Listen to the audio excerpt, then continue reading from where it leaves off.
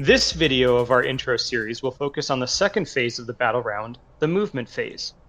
It is important to recognize that this is the only phase where players do not alternate model activation. The player with initiative moves all of their models first. Once they are done, the next player moves all of their models. There are several different types of moves, which even include standing still.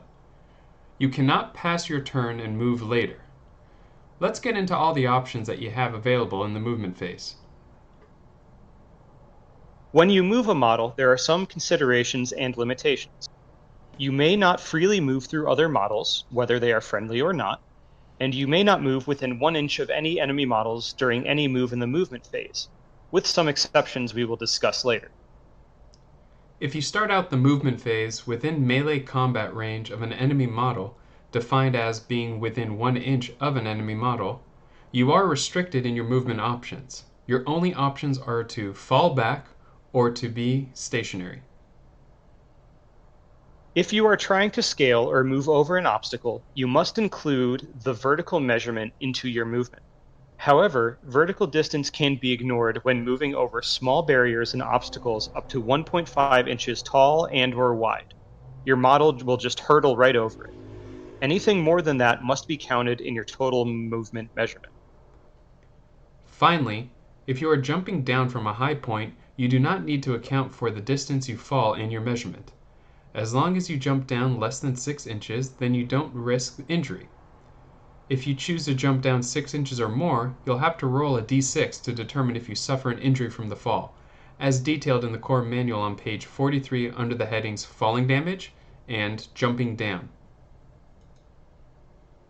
Some models have special abilities or war gear that lets them ignore some of these restrictions, such as the fly keyword on a Tau drone, the flip belts on Harlequin players, or the grapnel launcher and grav chutes on a Space Marine Reaver. It's important you read through all your model's rules and abilities. Now, with all that said, let's start moving some models. When you activate a model to take a movement in the movement phase, you have a few different options. The first option is simply move. You can move your model up to its movement characteristic on its data sheet.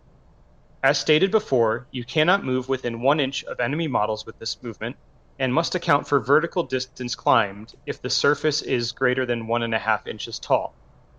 Also, a model which pivots or a model which enters into the battlefield from reserves is said to have moved. If you need more distance than your normal movement characteristic would allow, you can choose to advance. It is similar to a normal move in all respects, except you roll a d6 and add that value to your model's base movement characteristic. The catch is, you cannot shoot or react to a charging enemy model later on if you choose to advance. Some models can get around this drawback by equipping assault-type weapons that allow shooting and reacting despite having had advanced, and some armies and tactics can ignore this restriction entirely. If you are already in the perfect position and would rather stay put, you can choose to ready. A model that has readied in the movement phase is given priority in the shooting phase to shoot first. Think of it as this model spending the entire movement phase dialing in its sights so it's prepared to shoot before any enemies can draw a bead on it. Remember, as stated before, if you pivot a model, it is still counting as having moved, so you cannot pivot a model and still mark it as ready.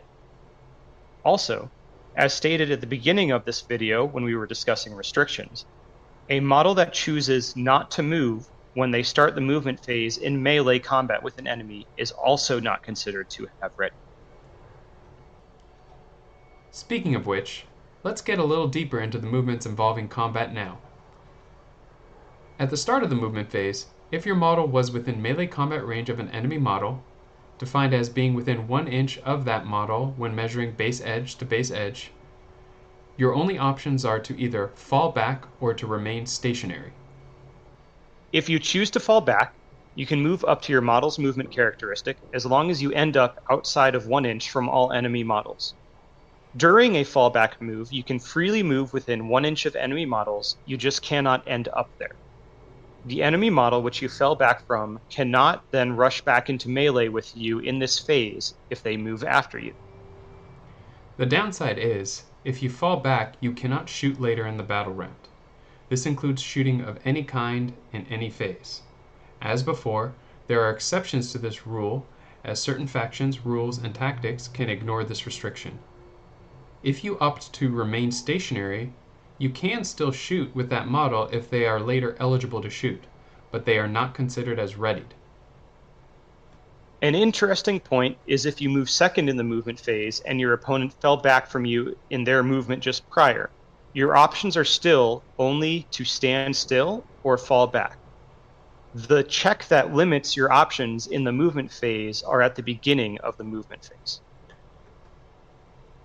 Now that we've covered how you get out of fisticuffs with the enemy, let's discuss how you got into that situation to begin with. Charging is a movement that you can make with the intent to engage an enemy in melee combat. This is not the only way to accomplish this, but it is by far the most common and most straightforward. The consequence of charging is that if you fail a charge attempt, you cannot shoot later in the battle round.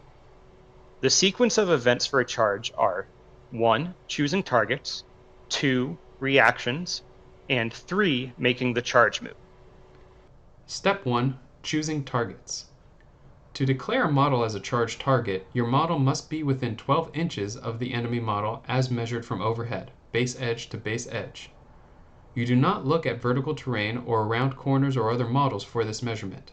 This means you can declare a charge on models that would be impossible for you to even reach, but these are how the rules are written. The one faction that bends this rule are the Harlequins, as they can declare charges at 18 inches due to a rule that gives them an additional d6 for their charge attempt. More on that later. You can declare multiple charge targets, as well as charge targets in completely different directions of your model. This can give you options depending on how well you roll, but also the more targets you select, the more you open yourself up to your opponent's reaction. Once a charger has declared its targets, we move on to step 2, reactions. The opponent's models that were declared as charged targets are given 2 options for their reactions. First, they can choose to fire Overwatch. This is a shooting attack where the model resolves the normal number of shots they would have, but instead of using the model's ballistic skill, they only successfully hit on unmodified 6s. The charging model must be visible to the model firing Overwatch and must be within range. A model can fire Overwatch multiple times in a phase, but it cannot fire Overwatch if it is either already in combat or it has other restrictions preventing it from shooting. For example, if it fell back earlier in the phase, it will not be allowed to fire Overwatch later on.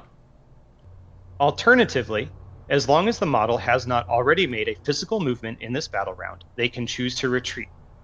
The model can move up to 3 inches as long as they end up further away from the charging model.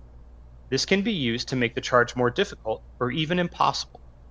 A model can no longer react if it chooses to retreat, and it cannot shoot later in the battle round unless it has a special rule that allows it to. A model can react if it has fired Overwatch already in the phase, due to a different charging model, but the opposite is not true. A model can no longer react if it retreats. In addition to this, a model that used the fallback movement earlier in this movement phase cannot react either. After all of that, assuming the charging model did not die to Overwatch, the charging model can finally make its attempt to rush into melee combat. The charge attempt is made by rolling 2d6.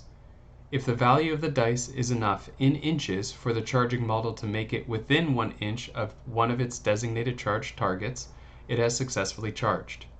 You must follow all movement restrictions in measuring this distance, such as vertical distance and moving around other models and obstacles, but you are allowed to pass within 1 inch of any models which were declared as targets of your charge.